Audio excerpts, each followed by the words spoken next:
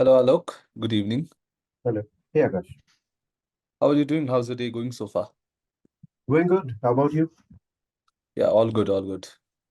Few meetings and travel, but I hope you have been having a great day so far. And thank you for joining us on this evening and letting the audience have a bit of your experience and to hear from you. I'm sure they will be coming out all the more grateful out of it. Yeah, no, definitely. It's good to share experience with, budding guys. So I think back in the days when I was going through analytics in the starting, it was seniors who led me, right? So it's always good to share the experiences. Good to have people like you in the circle who are willing to disperse their knowledge. So let me introduce you quickly to our audience and participants over here. So Alok Tiwari boasts of a rich career in analytics and it spans diverse industries and domains. He has a very solid foundation in system engineering and specialization in digital marketing analytics, which is one of the most in-demand fields in analytics currently. Alok has become a seasoned professional over the years through his hard work and his skills at data driven decision making and strategic insight generation. He has played many roles and worn many hats. So, his leadership roles, notably as Director of Analytics at Ola Electric and Hotstar International, uh, define his ability to lead high performing teams towards business goals. And he has had immense contributions in these organizations and in several other projects spanning product analytics, digital marketing analytics, and strategic data driven planning. Uh, we have a lot to learn from him, everyone. And in this fine evening, let us hear from the man himself. Thank you, Alok, once again for coming over here. Alok, as we begin, can you share with us a bit about your background and what initially sparked the flame of analytics and what got you into this field of data itself? Sure. Yeah. So, to be honest, I think it's around 70% of Indian students, right? They vie for becoming some sort of engineer. Yeah, Maybe that has changed over the due course, but that back in the days when I was doing engineering, it was all about, some sort of software development. So I started with Infosys, was there for around three so did I. years. Yeah. Yeah, Started in 2007, post my BTech, and started developing softwares in .NET, right? So over the period of time in Infosys, I realized, getting closer to the business is much more essential. Until that time, there was no thought around analytics because at that time only couple of industries, especially financial industry, was focused on analytics quite a lot, right? There were no big data systems, so it was much more traditional analytics in terms of stats, in terms of software called SaaS that we know, right? That was the major software existing that time. So during my MBA, I started doing my MBA in 2010, and during that time, actually, I got an internship opportunity with Fidelity Investments, right? So my mentor there actually was leading the charter of analytics, and that is where my first stint with analytics started, right? And it actually maybe it was some sort of inclination towards stats that actually got my interest, and they gave me a PPO offer, so I started working with them, and that's how the analytics, just went through the flow there, I think, right?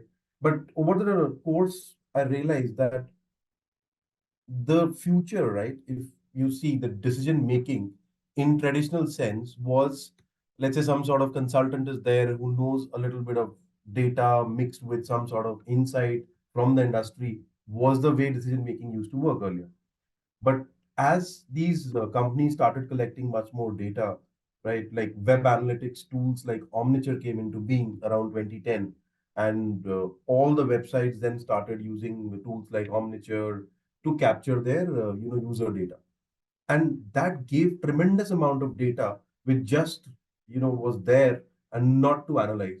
And that is where I think people realize that, oh, if you're capturing so much, let's start making sense of it and start getting some insight of it out of it, right? And I think, yeah, that was a major turning point in my career, and uh, kudos to my mentor who actually guided me there. Absolutely an amazing journey, and it has gone through several milestones and progressed over the years. So you mentioned a very interesting pivotal point, which is your MBA, which got you your PPO and essentially opened the floodgates of analytics for you. So do you think in this day and age, with also I would use the word saturation of MBA and various kinds of MBA, this is still true in this decade, or once we are halfway through 2020s? Is MBA still a good outlet for getting into analytics, or would you prefer something like a dedicated program like business analytics, rather, masters in business analytics for getting an opportunity to do analytics? Yeah. So if you think, right, the two things are not very dependent and not very independent in the course, right? What happens is lot of if over the years, right, evolution in analytics has brought lot of focus on skills which are technical in nature. So, for example, you should know SQL, you should know R Right. or Python, some sort of tools, right? So, I think that is something which we were given a brief idea in one of the courses in MBA called Stats course, right? And we tried some basic softwares like SPSS, which is mostly for curriculum-based programs, right?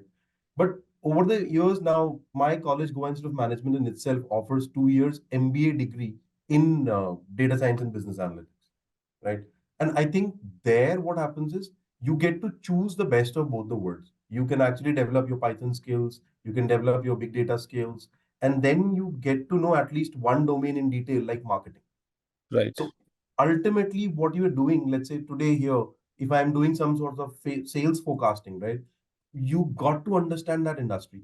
You got to understand the nuances of those techniques. So I think, yeah, I mean, MBA with some sort of focus on analytics or big data is much more helpful than the traditional MBA to enter the analytics domain at least. Got that. Yes, absolutely. So MBA with the right kind of specialization that suits one's expertise is what you would recommend, right? Yeah.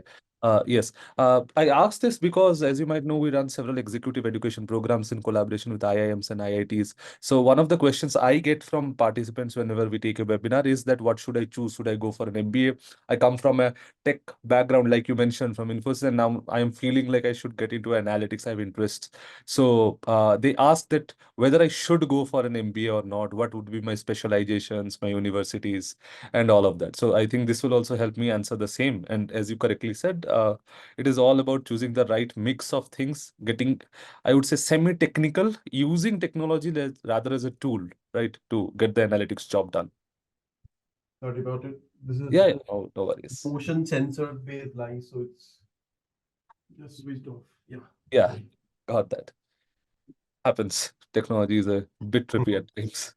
So, many of the participants, we had rolled out a survey over here, and they would like to know from you, how was your experience as the director of analytics at Ola Electric? What were some challenges that you faced? How did you overcome them? What was the greatest learning, in a way, at your role in the Ola Electric? Yeah, sure. See, one of the biggest, I think, challenge is the kind of data that electric vehicles send to us, right? Uh, we've heard of something called IoT device, right? Yes. Now, scooter as a product, if you look at it, is more like a IoT device, right? It sends us a lot of data, Yeah. but that data is not user generated. Like you go to Flipkart and you click here and there, so that's a Mm. user generated event. This Yes. is continuous stream of data flowing to us from various modules of the scooter. And now we need to analyze that data to come up with, let's say, what is your riding behavior, or was there a fault in the scooter? What could have caused that fault? So the kind of analysis is very different from the traditional analytics that, let's say, most of the apps today or most of the websites do, right? Right. Traditional analytics is again, if you think of something like credit card, right? They had churn model, they had some sort of uplift modeling, cross selling. All Mm. those are much more marketing driven exercises, right? This is purely product play and requires much deeper understanding of the product in itself to do any kind of justice with the data. So I think one important factor is there is a very, very deep field now evolving, which is product analytics when we call, right?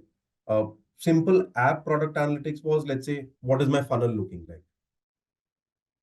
Can I optimize my page? Can I do CRO conversions? Right. So there used to be some sort of intersection between marketing analytics and product analytics.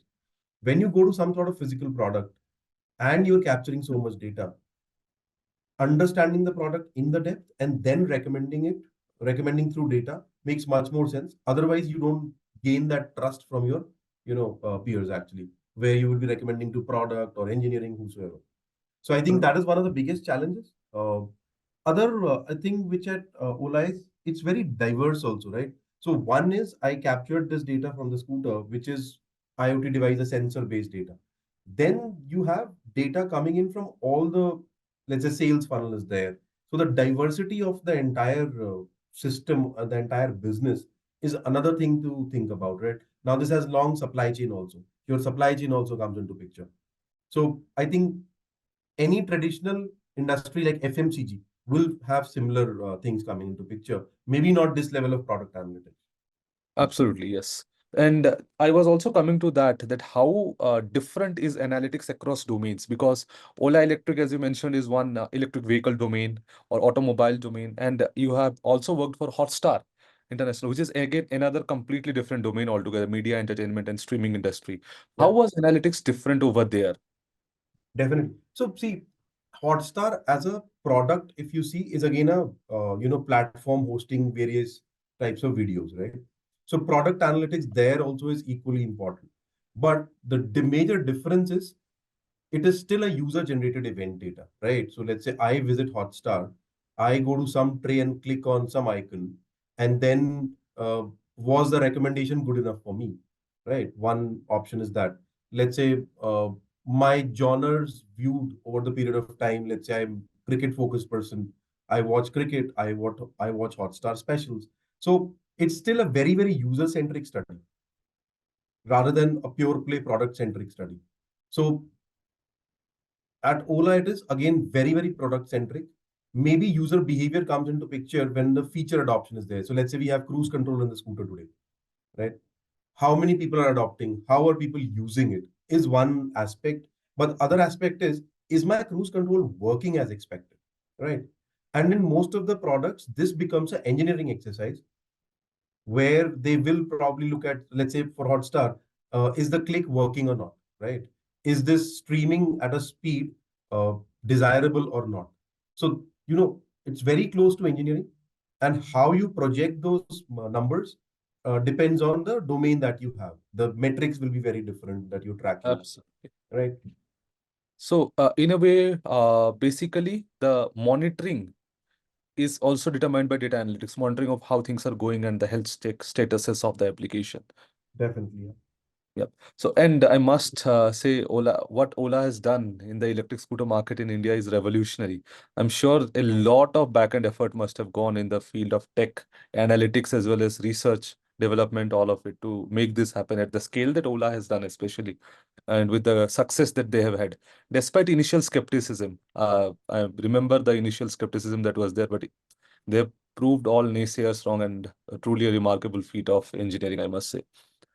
Before we move on, we have a audience question from Mhm. Badal. He's asking actually an interesting one as well. That in software engineering, we have very high demand for competitive programming, data structures, algorithms, lead code, and all of that. And it pays off well also at the time of hiring. So, from a hiring point of view for analytics, what I think he wants to ask is what are some similar skills? Will competitive programming, DSA, also help in analytics, or should we focus on some other things? So I think, see, being a software developer myself, although it's been more than a decade, I can vouch that the fundamentals of the programming remain the same. Whether you were vying for data scientist role or for engineering role, you're conceptually, if you're clear very with the concepts, that really helps, right? Especially the data structures. So if, let's say today I'm designing some algorithm, right?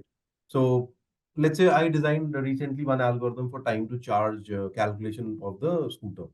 So for that kind of thing, when you don't go for out of the box models, which is the case in most of the use cases in the industry, um, you will require a lot of understanding of the programming knowledge, the understanding of data structures. So I don't think there is any harm. Actually, it is quite beneficial if you understand the fundamentals and then learn the techniques of data science.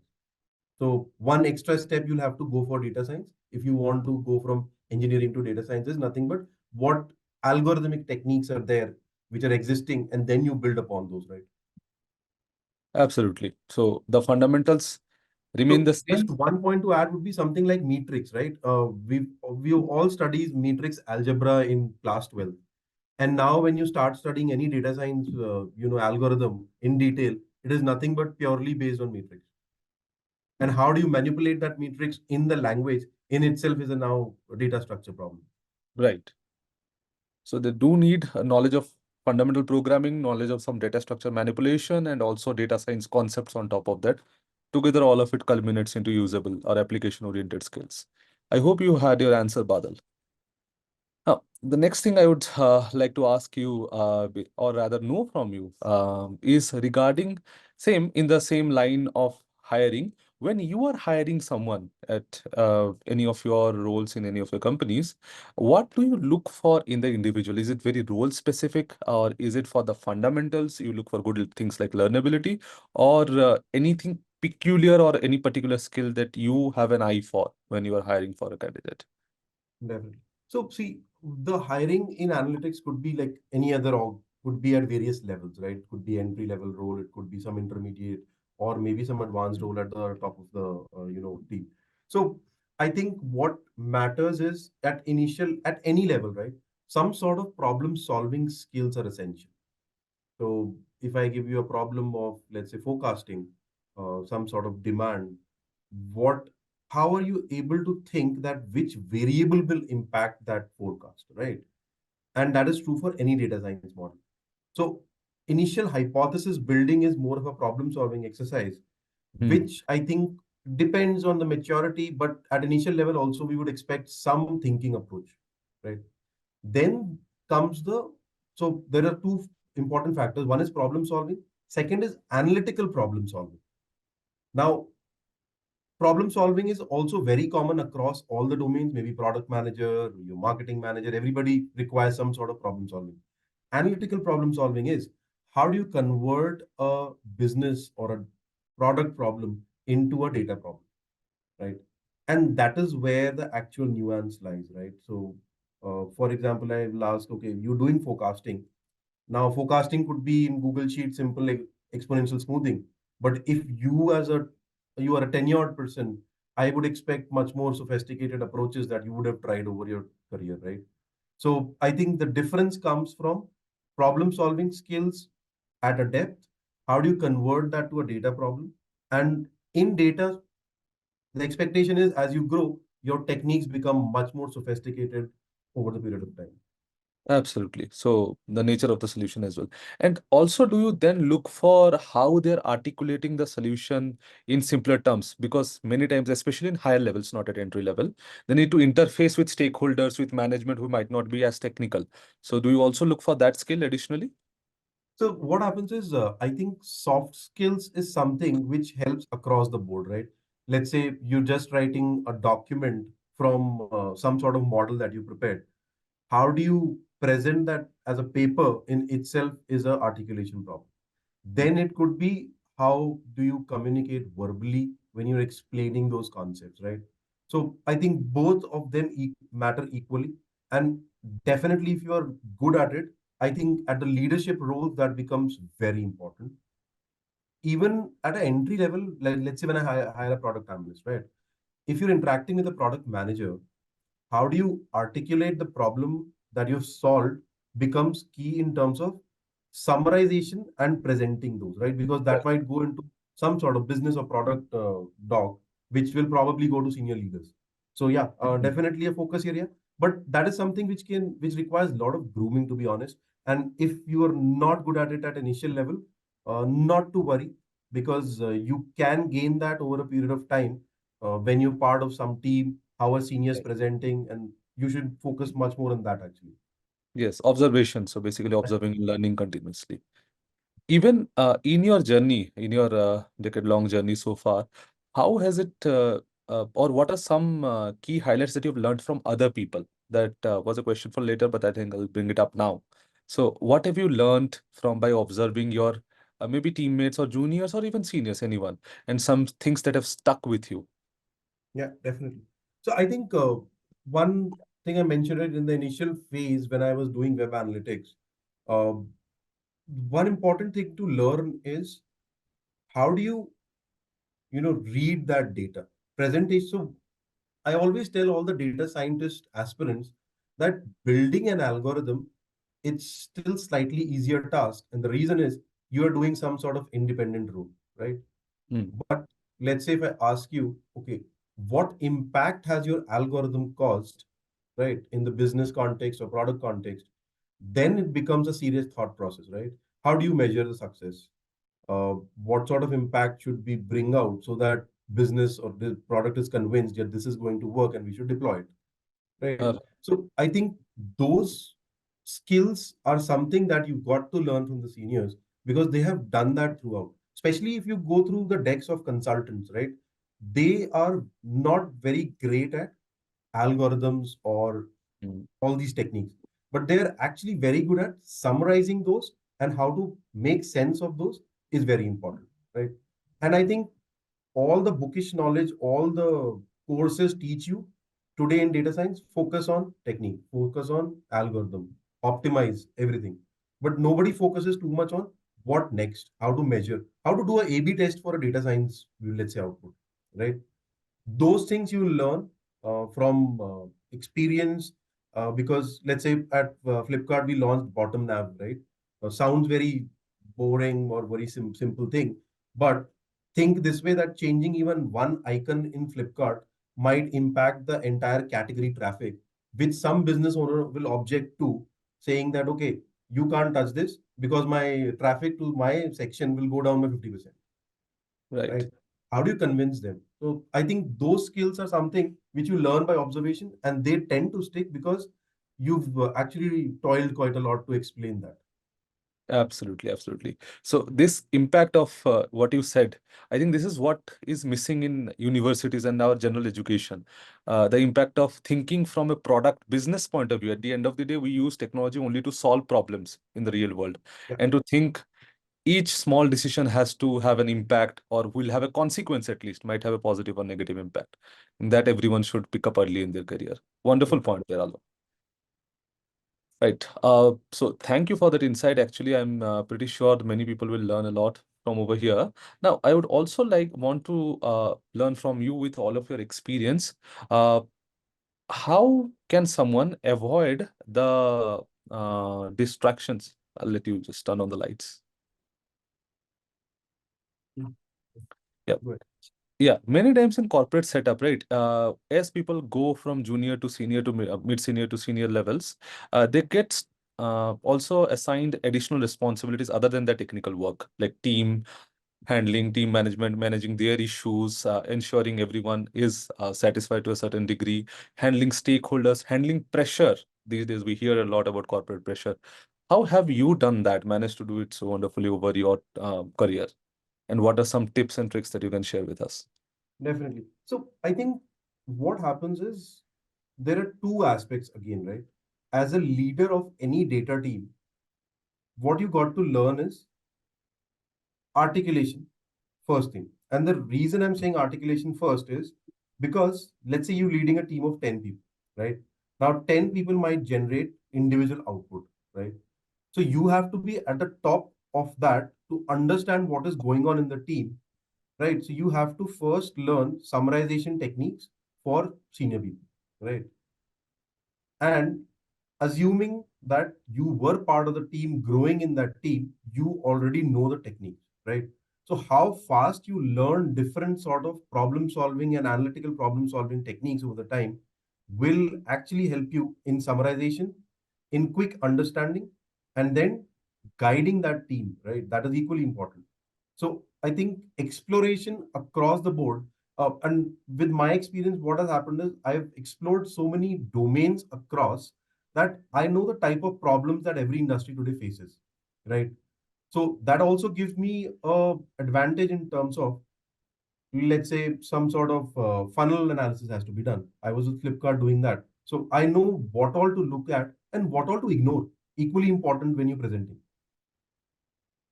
So what Similarly, yeah, go ahead. Yeah, just a follow-up question on this. So when you mentioned the idea of having different business domains, initially people will not have that or will struggle to do so, even if they have very good thinking ability. Yeah.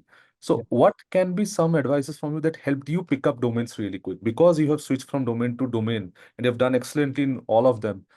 How did you pick up things in new domains fast? So I think that is where your initial inclination lies, right? So I think whenever you change a job or a domain, initial 6 months are really important. So you need to put through a lot of effort in initial 6 months to quickly gain the domain knowledge. Data knowledge is something you can still gain, or technique knowledge is something that you can gain from courses, books. Domain knowledge is not that easy to get from any course, right? And that is where I think the key lies. How do you spend those first 6 months in understanding more of domain rather than only some technical aspects? So yeah, and that's the personal advice always, whether if you want to be successful as a data person, understand the domain. I'm sure this is very fruitful because we also heard this from I think one of the leader last week who was saying that you put in, it's like depositing money in a bank. You put in lump sum, then you can reap benefits out of it. So you put in a lot of effort in the first 6 months, then you reap out of it and you can go a bit easy over the next year or so. Then the problems will become very intuitive to you once you spend those 6 to 8 months. I think it becomes intuitive because you're redoing, the concept. Now you can relate from data end also what will help solve this problem in this domain. Absolutely. So wonderful point there. Uh, It's already going to be a great session, I can tell that. But I would like to ask you a very, I would say, challenging question in terms of your experience, and I hope you share it with us. So, who has been your most annoying colleague to work with and why? So I think depends again, because what happens is, let's say when we were at I was at Flipkart, right? What happened, we were interacting with so many stakeholders at a time. The pressure from these stakeholders was tremendously high, right? And then it's annoying at a point in time because you as a data person are trying to do justice with best possible technique, best possible output, but pace of business demands that you make some sort of, let's say, adjustments, right? So I think few product managers, to be honest, even at Ola, the pace of product development is very high. So we toil a lot of times, right, to Right. match that pace. And I think product managers in general are very, very, chaotic when it comes to speed of delivery. Tell me about it. Yeah. So I think that is where the key lies. But I think over the period of time, you learn how to handle that, and should be part of one of the key leadership challenges that people face. Absolutely. From one of your previous answers, so we have a participant, Sanat, asking, Mhm. please tell me where I can acquire domain knowledge from. Is there any app to acquire it? Personally, what you can do is, for domain knowledge, basics you can get on internet easily, right? So let's say marketing terminology, right? So for example, let's say what is media mix modeling? How does media mix modeling help the business, right? So you'll start learning terms like, what is media mix modeling? What type of inputs does it take as a model? What type of models do we develop in that? Where do we utilize those? All the things will come into picture. Similarly, for something like electric vehicle in general, right? Let's say you are interested in working electric vehicle. There are a lot of courses now available, like how do basics of electric vehicle work. It might vary with all the manufacturers, but some sort of base is always there.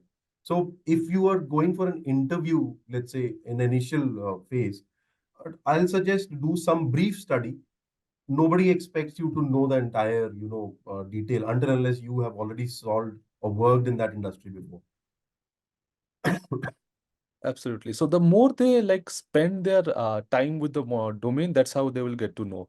So Definitely. one, I would like to add on to what Alok said. Basically, what you can do is find out case studies, find out problems that companies generally operating in that domain have faced and how they overcame it. So in Hotstar, I was reading one of the case studies where the application crashed basically after when Dhoni got out, and it was a very important software development case study because the reason was not so many people watching at once. It was because so many people hit back button at the same time and they went to the home page, and the streaming service worked for perfectly. It was scaled up, it was tuned, but the home page people forgot to tune. They did not account for that. So it was a learning for them from them. So whenever you delve into domains, you will get to know such things and you will get to understand what works and what doesn't in that domain. Wonderful question that. We have another attendee asking, with all of the advancement, and this was one of my questions as well, with all the advent of generative AI, Chat GPT, Bard, all of these progresses that are being made at a blazingly fast pace. What do you think the future of analytics is going to be? What do you think the tools will be in the future? Will AI play a very important part in it, or is humans' intellect still the supreme? So I think right now it is not going to replace human intellect, to be very honest. What is definitely going to get replaced in the first iteration is entry level, some sort of, let's say, MIS jobs, right? So in even in today's world, there are a lot of data people who are just writing, let's say, queries at a simple fetch level, right? And they are trying to get data, right? Yeah. So I think that is something which lot of tools. So if you know a tool, Databricks, they have already integrated now text to SQL. Yes. Now, once that happens, they are not going to generate very complex logical queries at first iteration, but they can definitely solve problems like, okay, for business person, what was my total order count yesterday? It could be in the dashboard, but can you give me next level? Okay, please give me breakup by some states, right? Right. So those things I think are definitely getting automated. Even I'm trying at Ola to build our own text to SQL system. We've already done a POC and it's with engineering to implement. So the idea is to free up analyst bandwidth so that they don't waste time in this trivial question, right? Right. What analyst will do is much deeper than that. So I think thought process, the recommendation from analyst is much more important than getting the data. So Correct. I'll give you one more example. If you have a tryst with any of the analytical tools, something like Omniture, right? You don't have to write SQL query. It's a UI based. So it was still much faster for an analyst to do that deep dive. With SQL based systems, it is actually quite slow. Extraction of data, writing that query, fixing the logic, it takes a lot of time. So I would personally try to eliminate that. Absolutely. So the grunt work being going out of the system, and as you mentioned initially, how analytics was, it was more about thinking and statistics rather than writing queries and tools and Exactly. technologies. Yeah. It will slowly become that, but a much better version of that, improved version of that. I hope this answers your question. Jitendra has one more domain-related question, that when switching from domain to domain, what does he need to keep in mind? Yeah. And So I think you can also club it with Anirudh's question, which has just come in, that how valuable is domain knowledge in a new domain when it comes to building a model, like let's say a binary output model. So is domain knowledge all about subject matter expertise or goes beyond that? no, I think domain knowledge is very important. Whichever model you build, right? Let's say I when I joined Hotstar, I was supposed to build a churn model. Now, churn model you can start building with any sort of variable, and because they teach you a lot of variable generation techniques also. There are automated packages in Python that do that for you. But the question remains, when you take this model output to a business owner, they need to get confidence that, okay, why is this going to work for me, right? So for that, you will have to get deeper. So for example, uh, if I am suggesting, sir, let's say I'm making a cross-selling model, right? And I say, okay, people who watch cricket, show them Hotstar specials.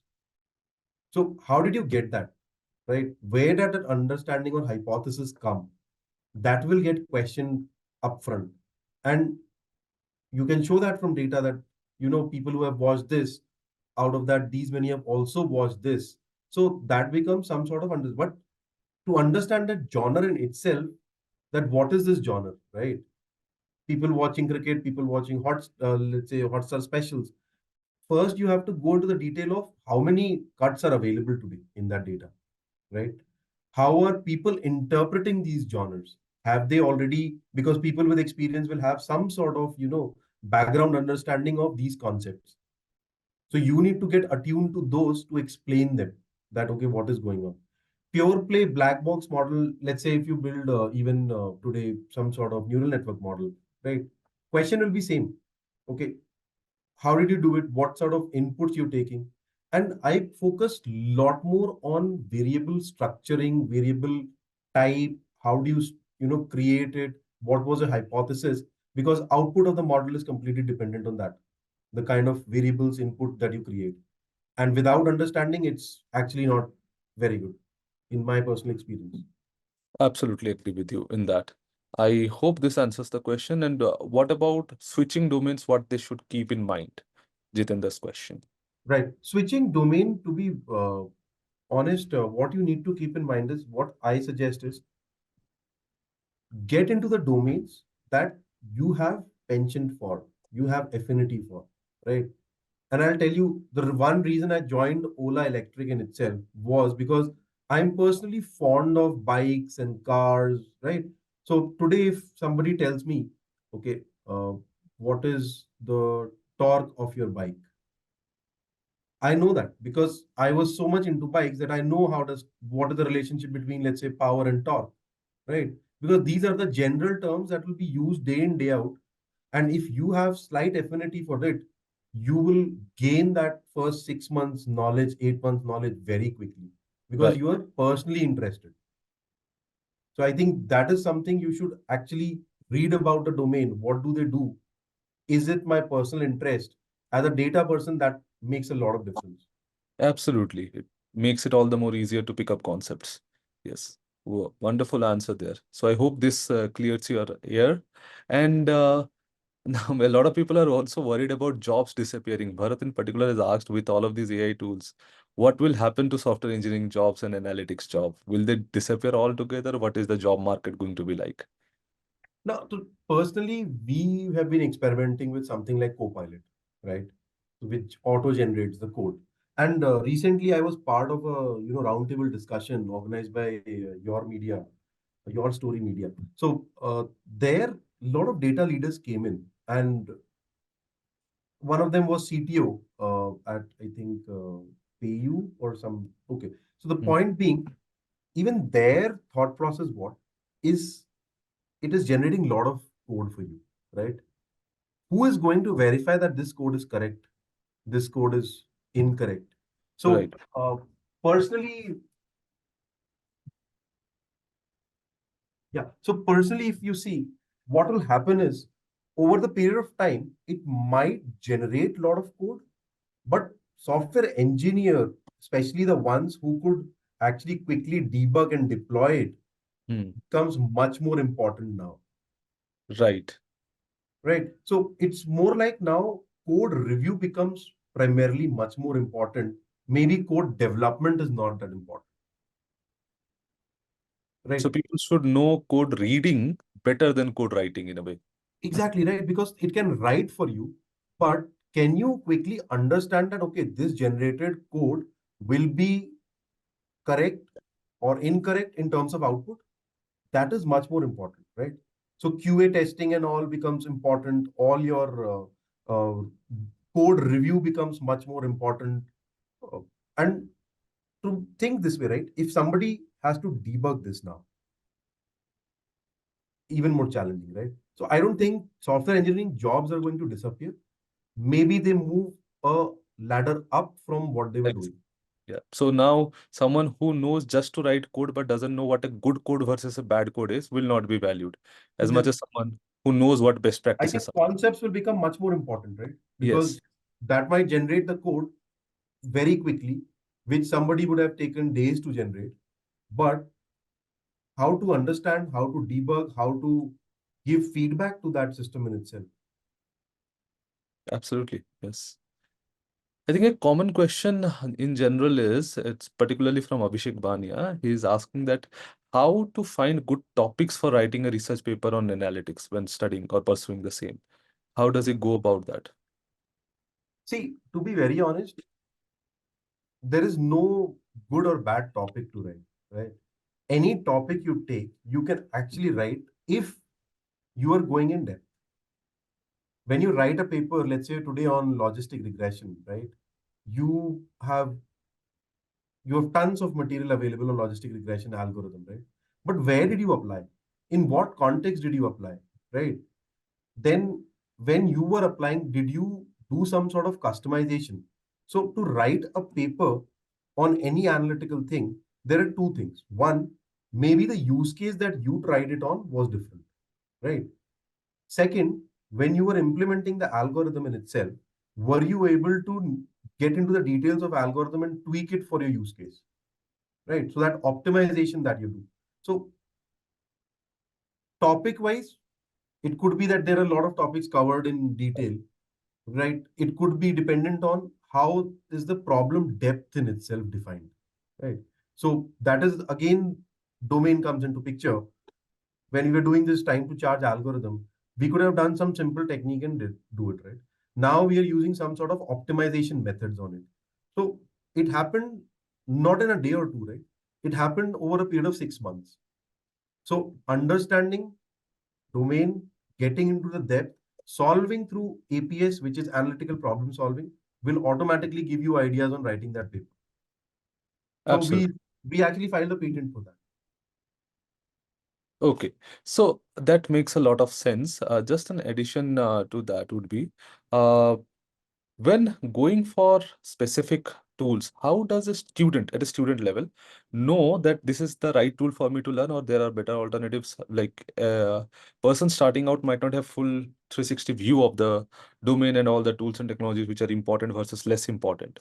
How do they figure it out that they're learning the right things? Yeah.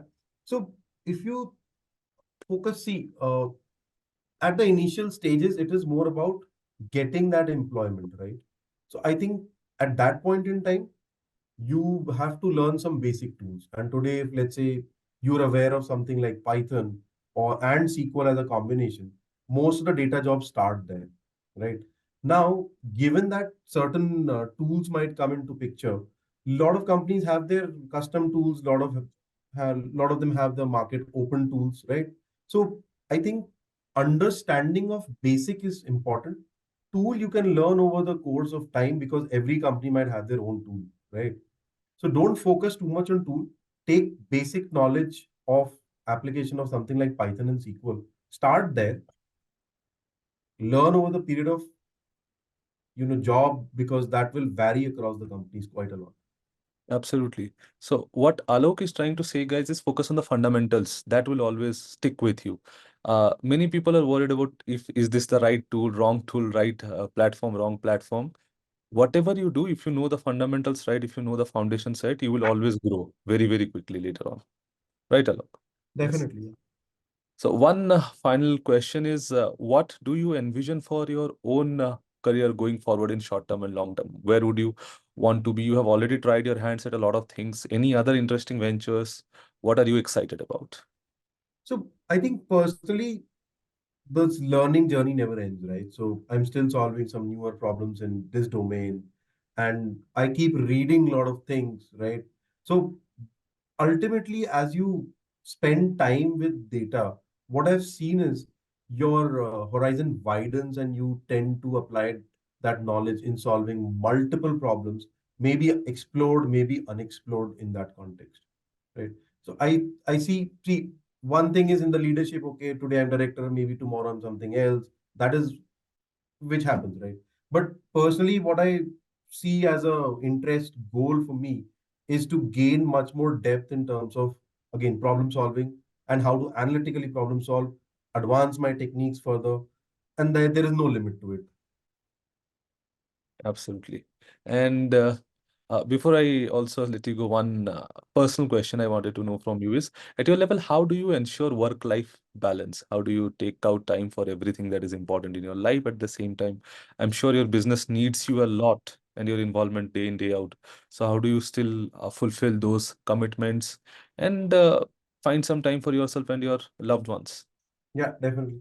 So I think what happens is, let's say, divide the week in certain, time frames. So, for example, let's say on the weekdays, this time with family might be on the lower side, but then you try to be with family over the weekends, so that that personal touch. Let's say I have a daughter of 6 years, right? She expects me to be around, so I drop her to school in the morning, then I come to office. After that, it is difficult to catch up with her because by the time I reach, she's asleep. Right. So I think, yeah, in today's world, it becomes quite challenging, especially when you move in the senior roles. Expectation is that you know everything that is going in the team. So you Right. personally spend a lot of time going through, reviewing the stuff, guiding people, right? So Hmm. it becomes a challenge, but I think you can still manage. It's about how do you manage the time, right? Maybe a little stretch in the day can take you. I leave from office 6 p.m., right? And then probably I'll reconnect at 10. So 10 to 12, I'll still review something. So yeah, to be very honest, your mind is never clear of what is going on in the workspace. How do you cater that flexibility in your schedule works much better, I think. Got that. Yes. So it's a juggling act. You have to balance all things. Yeah. Thank you for sharing those work and outside of work related wisdom with us. I personally learned a lot from you. I'm sure the audience has as well. Thank you for this wonderful evening full of your valuable experience. Wish you a happy weekend ahead and looking forward to talk to you sometime again soon. Thank you, Alok. Thank you, guys. All the best. Thank you.